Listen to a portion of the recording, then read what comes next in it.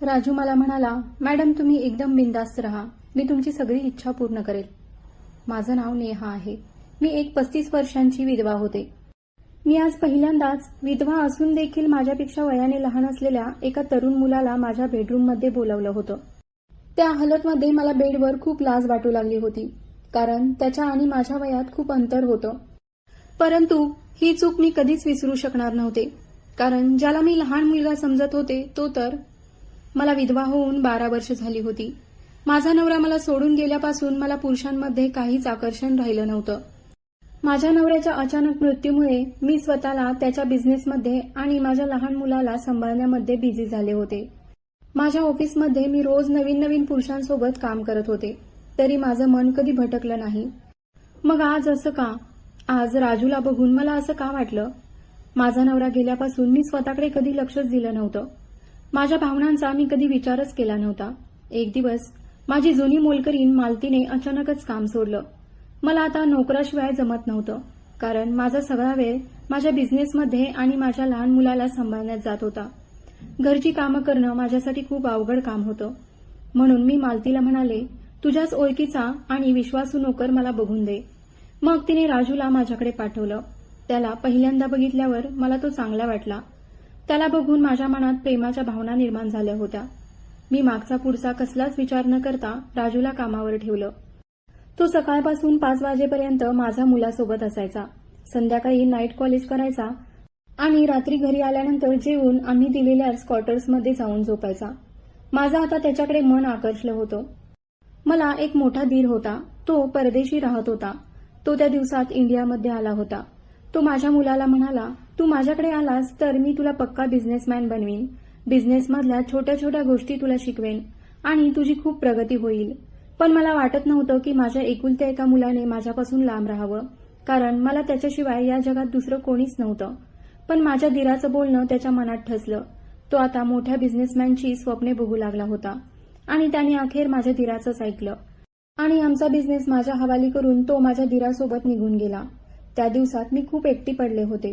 मला जर कोणाची साथ होती तर ती फक्त राजूची. तोच एक होता जो माझ्या सर्व इच्छा अपेक्षांचा आदर करत होता आणि त्या पूर्ण करण्याचा प्रयत्नही करत होता. तो माझा एकही शब्द खाली पडू देत नव्हता. माझा नवरा गेल्यानंतर माझं माझ्या नातेवाईकांशी आणि माझ्या जवळच्या माणसांशी नातं तुटलं होतं. तेव्हापासून आतापर्यंत मी कोणाशीच नवीन नातं जोडलं नव्हतं. आता मला कोणाच्या तरी आधाराची खूप गरज होती. ज्या दिवशी माझा मुलगा मला सोडून परदेशात गेला होता त्या दिवशी मी खूप रडले होते. तो जाताना मला म्हणाला होता, माझ्यावर विश्वास ठेव, मी भारतात नक्की परत येईन. तू माझी काहीच काळजी करू नको, तू फक्त स्वतःची काळजी घे. आणि तो मला सोडून निघून गेला. मला त्या दिवशी माझ्या नशिबावर खूप रडू येत होतं की मी ज्याला माझं जग समजत होते, ज्याच्यासाठी मी माझ्या इच्छा अपेक्षा बाजूला ठेवल्या, आज तोच मला सोडून गेला.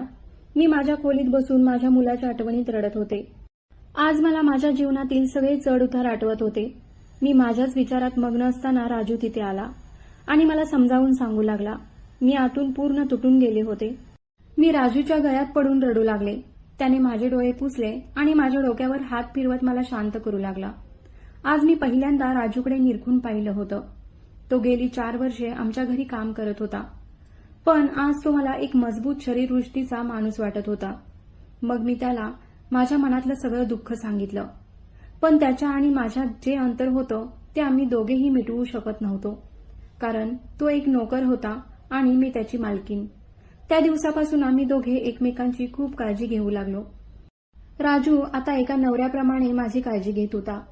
मी खूप वेळा विचार केला की मी आता विधवेचं जगणं सोडून नवीन आयुष्याला सुरुवात केली तर.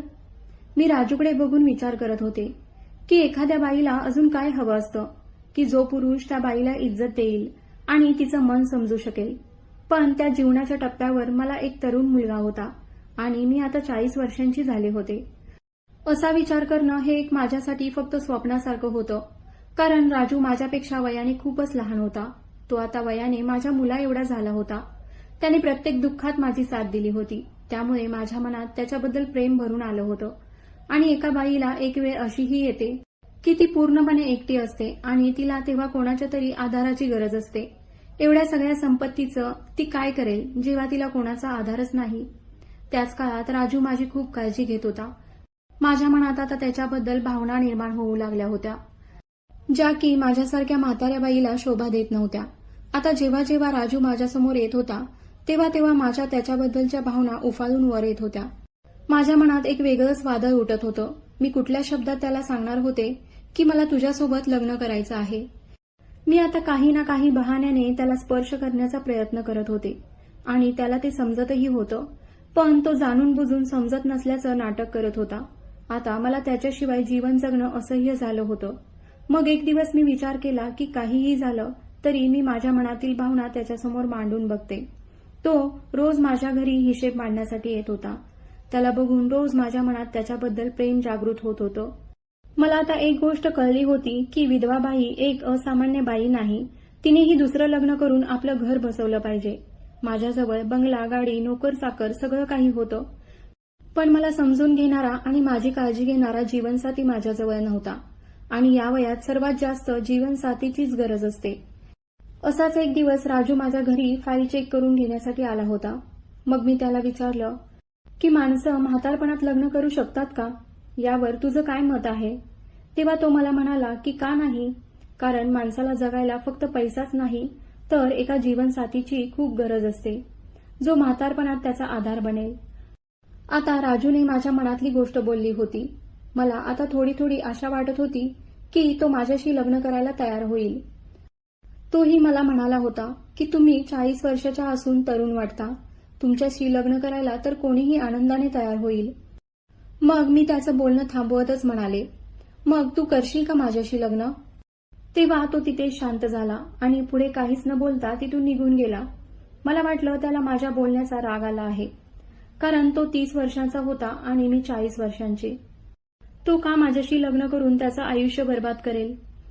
तो 2-3 दिवस ऑफिसमध्ये आलाच नाही आणि माझ्या घरीही मला भेटायला आला नाही. मी त्याला खूप वेळा फोनही केला, पण त्याने माझ्या फोनचं काहीच उत्तर दिलं नाही. मग 4थ्या दिवशी तो माझ्या घरी आला. तेव्हा माझं डोकं खूप दुखत असल्यामुळे मी स्वतः माझ्या डोक्याची मालिश करत होते.